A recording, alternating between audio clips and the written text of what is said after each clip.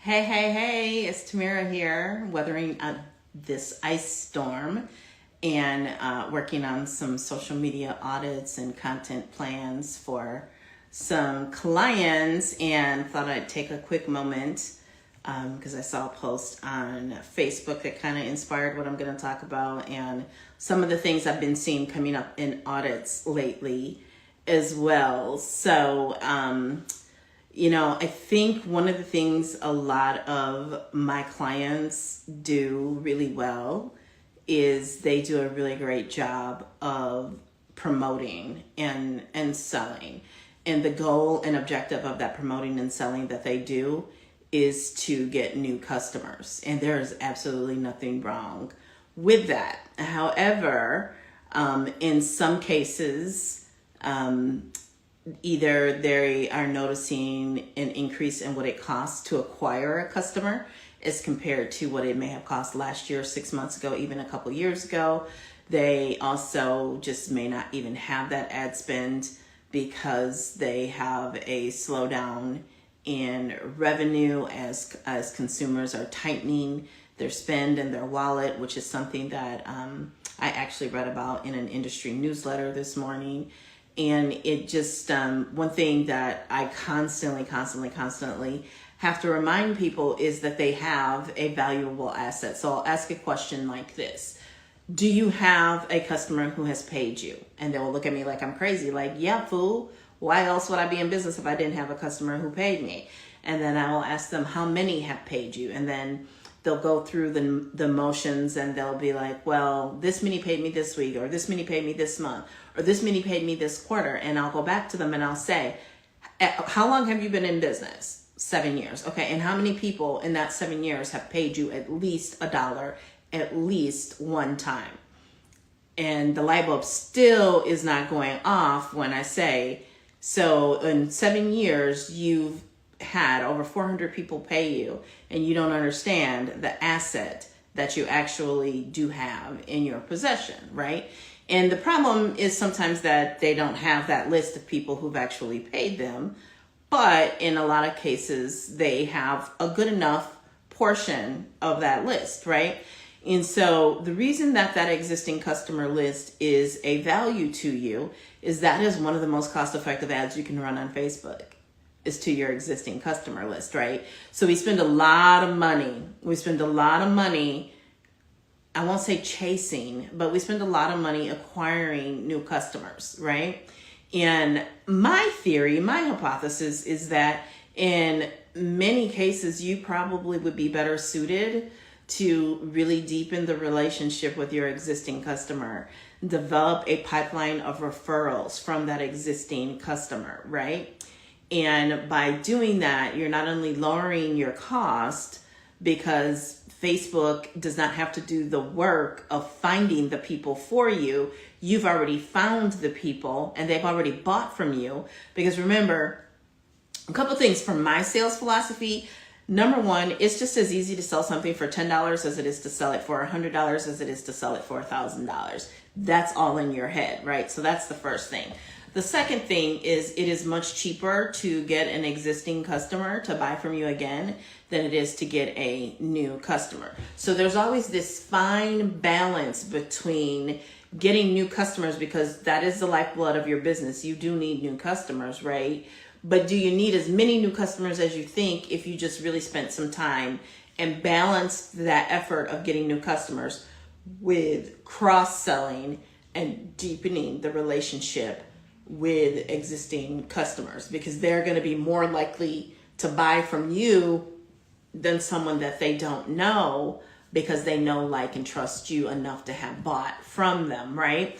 And so if you've been in business 7 years and you've got 500-600 people who have bought from you, when is the last time you even talked to that person that bought from you once or twice 5 years ago, right? So it's a matter of having a strategy to get those people back in front of you, back in front of your content, in order to reestablish that and reconnect with them, reestablish that relationship, and get them remembering why they bought from you in the first place.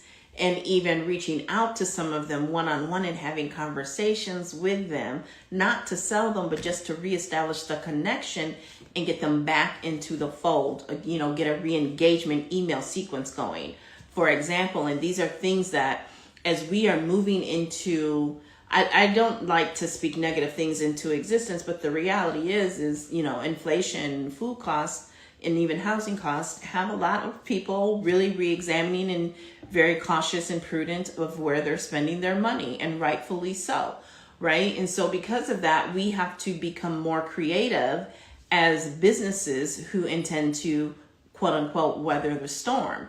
And part of that is, like I said, we can't abandon those people who have already bought from us. Number one, we want to be one of the decisions that they choose to keep, right? And even if they choose right now is not the time to be buying, we still want to have that relationship and stay in front of them. So as things open back up, because they always do, right? We want to make sure that they don't forget about us, right? Because there's two reasons people don't buy from you. They don't know you exist, or they forgot about you. And if you have, say, again, 500-600 customers, and about 50 of them are active, your best ad spend, your best time, effort, and spend is going to be on those 500 that have not bought from you in X amount of time, right? So I just wanted to come on here and talk about that because, like I said, with Facebook, you can upload your existing customer list. I believe you can with Pinterest as well. And you can run ads not only targeted to them, you can use that information to create a lookalike audience. And there's all these fun things that people like me have the big brain, as some of my clients tell me, you have such a big brain to be able to figure out and do in order for you to get and re-engage those customers who bought from you before and they haven't again, right? And it can include doing things like focus groups, doing things like special events specifically for your existing customers. One of my favorite marketing analogies and things that I like to talk about is, Victoria's Secret. They always got me to come to their little VIP events.